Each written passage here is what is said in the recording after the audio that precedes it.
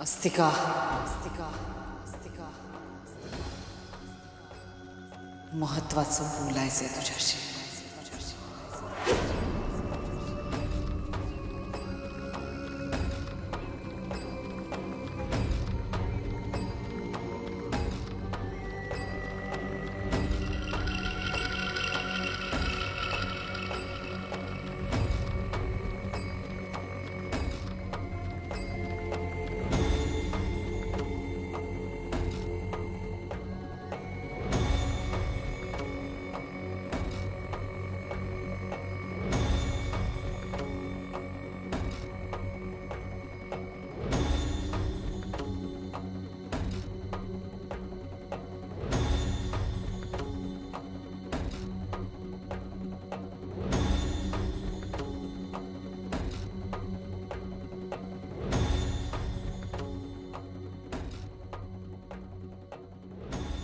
साहेब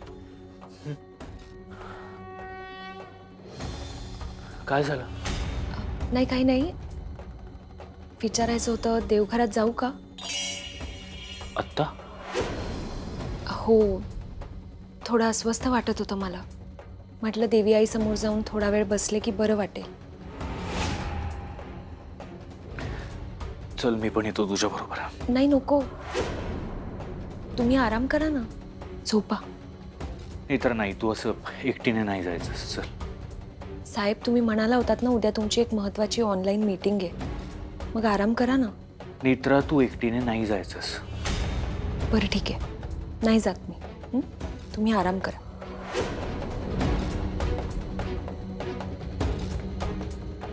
नेत्रा मी झोपतो तू जाऊन ये. आपण बरं वाटलं शांत वाटलं की लगेच परत येशील. तुम्ही नका काळजी करू तुम्ही शांतपणे झोपा. येईन मी परत.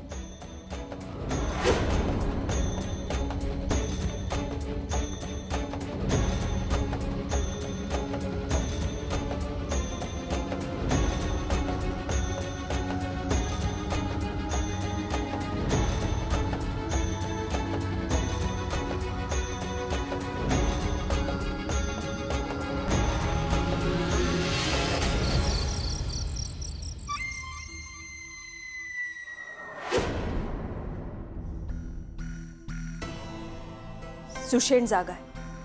मी त्याला सांगितलं मी देवघरात जाते. कुठल्याही क्षणी तो येऊ शकतो. आपल्याला काय महत्त्वाचं बोलायचं होतं? पुढचा आदेश द्यायचा आहे. आपण फक्त आदेश द्या. मी घरात मृत्यूचा तांडव घालेन. तुला माहितीये मृत्यूच्या तांडवापेक्षा मृत्यूपेक्षा काय भीतीदायक असू शकतं? मृत्यूची भीती नाही मग जन्म. मी समजले नाही. जन्म ही मृत्यूची जननी आहे. मृत्यूचं तांडव तर होणारच पण त्याआधी या घरात कालवज्र जन्माला येणार.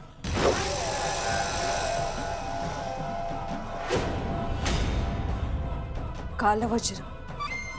कालवज्र त्रेतायुगातल्या युद्धात त्रिनयनेने कालवज्राची हत्या केली होती आणि म्हणूनच तो कालवज्र कलियुगात जन्माला येणार.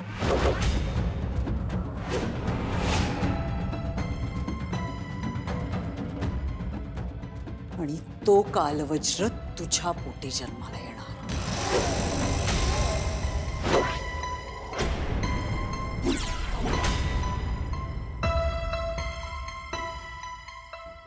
त्रेतायुगात अद्वैत माझा सेवक होता म्हणजे तो माझ्या वंशाचाच होता आणि तूही माझ्याच वंशाची आहेस.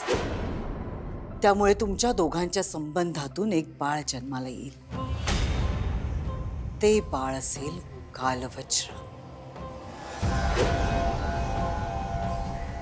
कालवज्राच्या जन्मानंतर विरोचक आणखी शक्तिशाली होईल आणि त्रिनयनेच्या लेकींना महाभयंकर मृत्यूचा सामना करावा लागेल.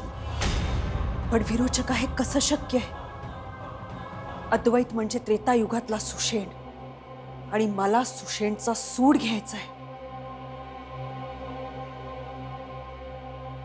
सूड घ्यायचाच आहे, पण त्याआधी तुला त्याच्या बाळाची आई व्हावं लागेल.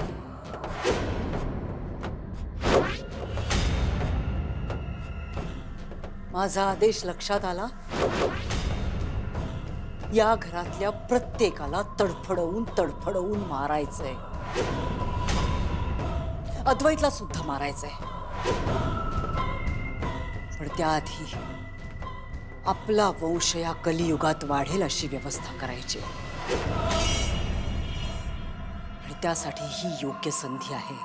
ही संधी वाया दवडून उपयोगाची नाही. माफी असावी विरोचका,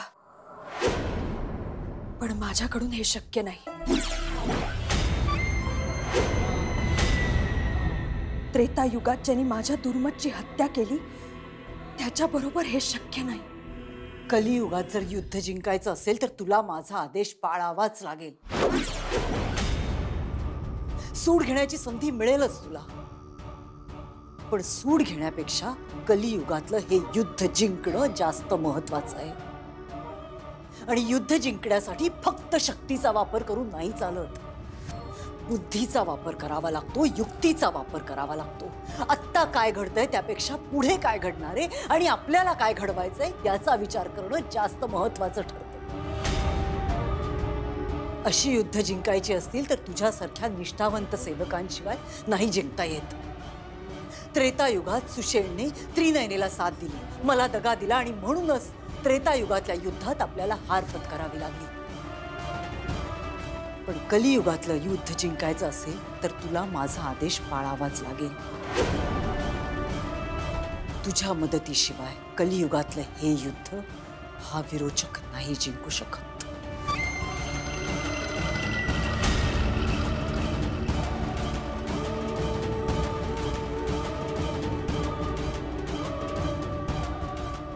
जशी आज्ञा विरोचका.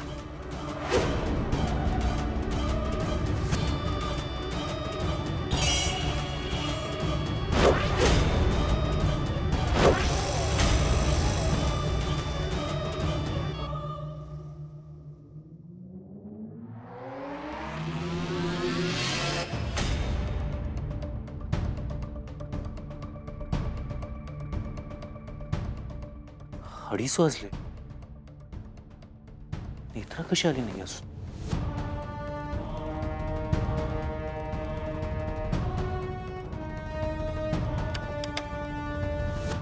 अरे तुम्ही का उठलात? तुलाच बघायला निघालो होतो. मग आता तुम्ही शांतपणे झोपा, मी आले ना. चल.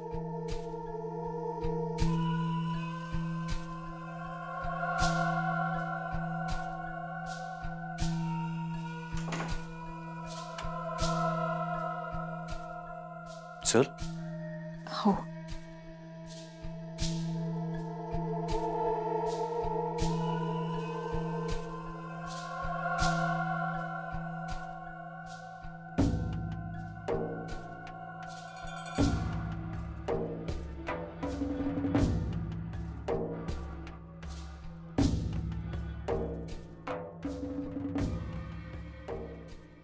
नेत्रा काय झालं? काही टेन्शन आहे का? देवी आईशी बोलत होते मी. तिला म्हटलं अजून किती काळ अशीच परीक्षा घेणार आहेस तू? कळत नाहीये देवी आईच्या मनात नक्की काय येते.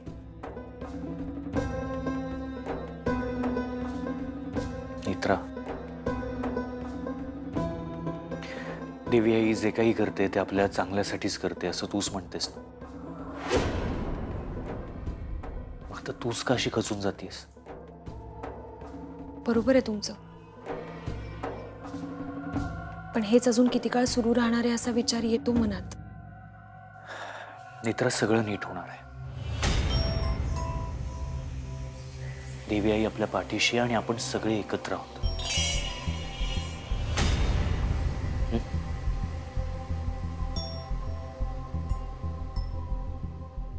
आता कसलीही काळजी करू नकोस आणि झोप शांतपणे.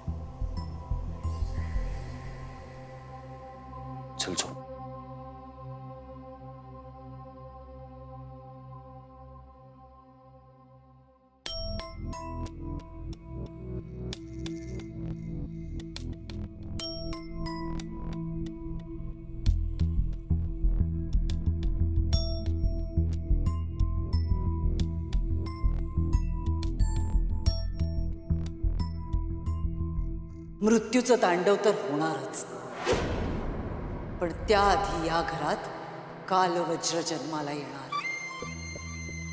आणि तो कालवज्र तुझ्या पोटी जन्माला येणार. सूड घ्यायचाच आहे, पण त्याआधी तुला त्याच्या बाळाची आई व्हावं लागेल. अद्वैतला सुद्धा मारायचंय, पण त्याआधी आपला वंश या कलियुगात वाढेल अशी व्यवस्था करायची.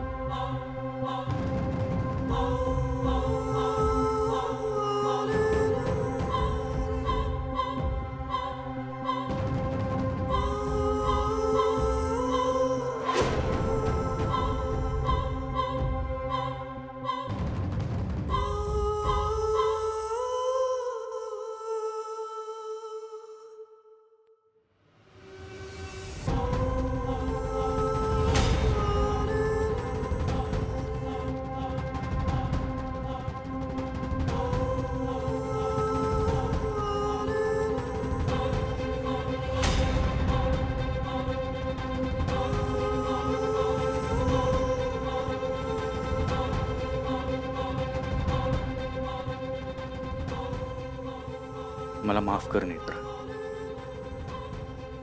हे स्वीकारायला मला थोडा वेळ लागेल.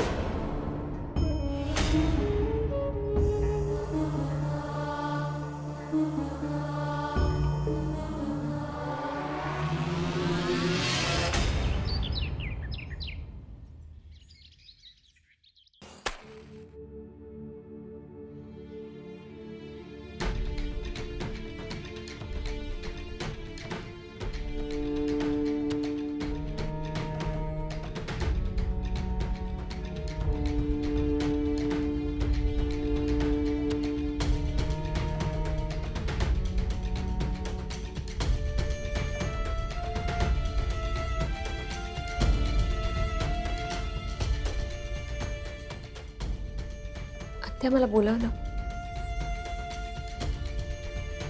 रोज सकाळी देवी आईची पूजा तू करतेस ना, आज राहिली म्हणून मीच केली. जरा बरं वाटत नव्हतं, त्यामुळे सकाळी जागच नाही आली मला. बर,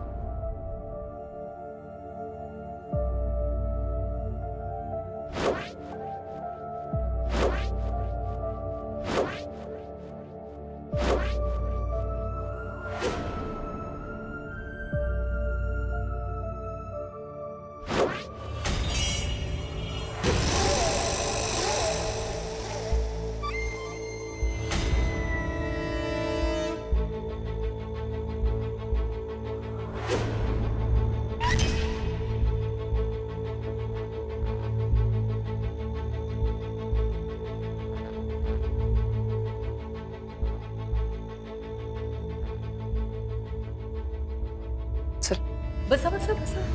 असू दे, चालू दे तुमचं. मी फक्त बघायला आले होते की तुमच्या देवी आईला जमलंय का नेत्राचा चेहरा पूर्ववत करायला. नाही जमलंय. तुम्ही जप करा, पूजा अर्चा करा, होम हवन करा, सगळं करा, जे जे शक्य आहे ते करा देवी आईला उठवण्यासाठी. पण मला खात्री आहे की तिला नाही जमणार आहे या युगात नेत्राचा चेहरा पूर्ववत करायला.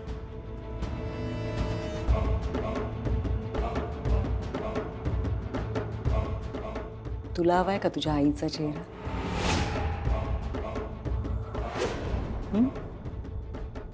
हाडं मिळवण्यासाठी मरमर करत होतीस. मरमर तुला करावी लागणार आहे आता. फक्त थोड्या दिवसांचा प्रश्न आहे. काय सांगतेस? तुझ्यासारखे अनेक दानव मातले,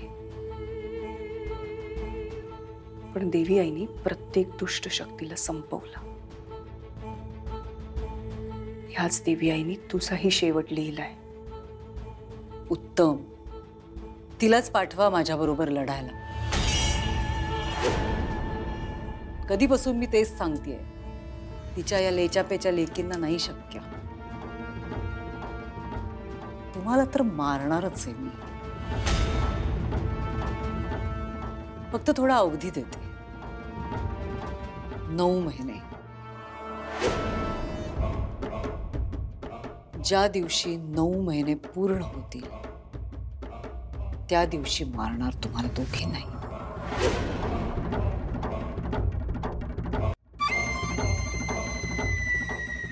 आता विचार करा. 9 महिनेच का? या 9 महिन्यात काय होणार आहे? चालवा डोकं.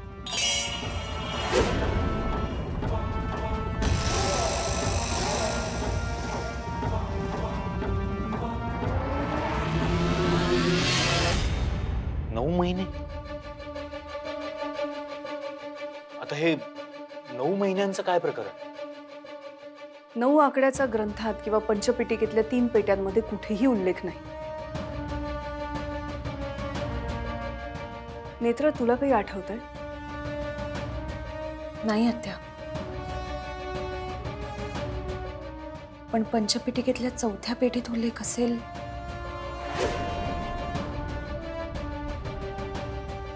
मला असं वाटतं की कदाचित त्याने आपलं लक्ष डायव्हर्ट करण्यासाठी हे केलं असावं. नाही बाबा, तो राक्षस आता खूप अग्रेसिव्ह झालाय. तो मुद्दाम आपल्याला सांगून आपल्या समोर घडवून आणतोय हे सगळं. कदाचित ही तिची चाल असेल. मी नाही म्हणत नाहीये, पण आपल्याला असं दुर्लक्ष नाही करता येणार.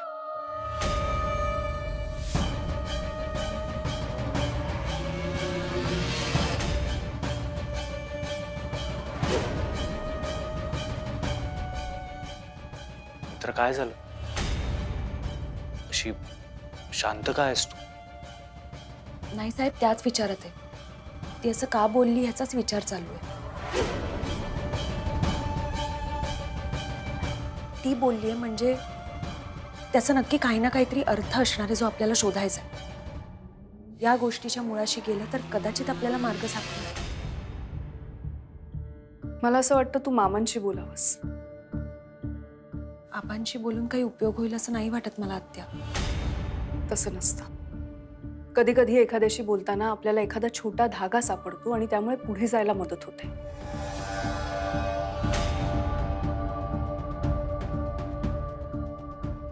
मामांशी बोलल्यामुळे गरुड महात्म्याबद्दल कळलं आणि अस्तिकाचं खरं रूप आपल्या समोर आलं.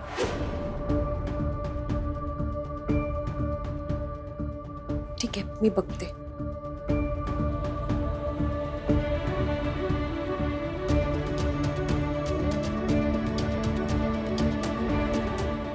नेत्रा, काय झालं? कसलं टेन्शन आहे का तुला? नाही साहेब, काहीच नाही. खरंच मग अशी रेस्टलेस का दिसतेस तू? नाही, खरंच काही नाही झालं. हे बघ, तू घाबरून जाऊ नकोस. आम्ही सगळे आहोत.